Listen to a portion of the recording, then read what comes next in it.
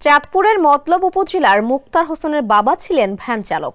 হতদরিদ্র পরিবারের সন্তান হলেও মুক্তারের ভাগ্য বদলে যায় রাজধানীর বাড়িধারার এভিনিউ নামে একটি মদের বারে ওয়েটার হিসেবে চাকরি নেওয়ার পর।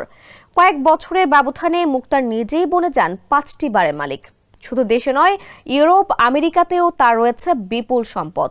তার এমন অভাবনীয় সাফল্যের পেছনে কঠিন পরিশ্রম কিংবা কঠোর অধ্যাবসায়ের গল্প খুঁজতে গিয়ে লাভ নেই, কারণ মদের ব্যবসায় মুক্তারের সাফল্যের সবচেয়ে বড় ভূমিকা রেখেছে তার রাজনৈতিক কানেকশন।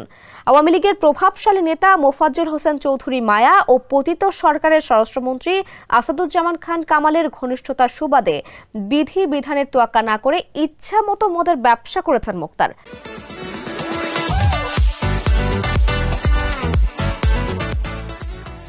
অর্থের জোরে বাগিয়ে নিয়েছেন চাঁদপুর জেলার জোহরাবাদ ইউনিয়ন আওয়ামী লীগের সাধারণ সম্পাদকের পদ।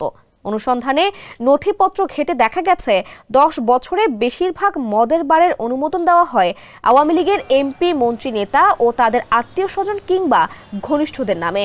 এর মধ্যে মায়া চৌধুরী ও সাবেক স্বরাষ্ট্রমন্ত্রী আসাদুজ্জামানের ঘনিষ্ঠ মুক্তারের নামে ঢাকা, রংপুর ও নারায়ণগঞ্জে অন্তত 5টি মদের বার রয়েছে। এদিকে 5 আগস্টের পর মুক্তার যুক্তরাষ্ট্রে পালিয়ে গেলেও তার বারগুলোতে ব্যবসা চলছে দাপটের সঙ্গে। মুক্তারের বারের মধ্যে রয়েছে উত্তরার কিংফিশার, লেকভিউ, ক্যাফে সেলিব্রেটিয়া ও কোরিয়া বাংলাদেশ ক্লাব। দলের নেতাকর্মীদের বারের অনুমোদন দিতে আইন কানুন বদলে ফেলতেও পিছপা হননি আওয়ামী লীগ সরকারের নীতি নির্ধারকরা। সার্বিক বিষয়ে মাদকদ্রব্য নিয়ন্ত্রণ অধিদপ্তরের মহাপরিচালক খন্দকার মোস্তাফিজুর রহমান কালবেলাকে বলেন, তিনি এখানে দায়িত্ব নিয়েছেন মাত্র 7 মাস হয়েছে। এই 7 মাসে একটিও মদের বারের অনুমোদন দেওয়া হয়নি। তাদের পক্ষ থেকে বিষয়গুলো মনিটর করে দেখা হবে। এছাড়া কোথাও কোনো অনিয়ম পাওয়া গেলে তা খতিয়ে দেখে অবশ্যই ব্যবস্থা নেওয়া হবে।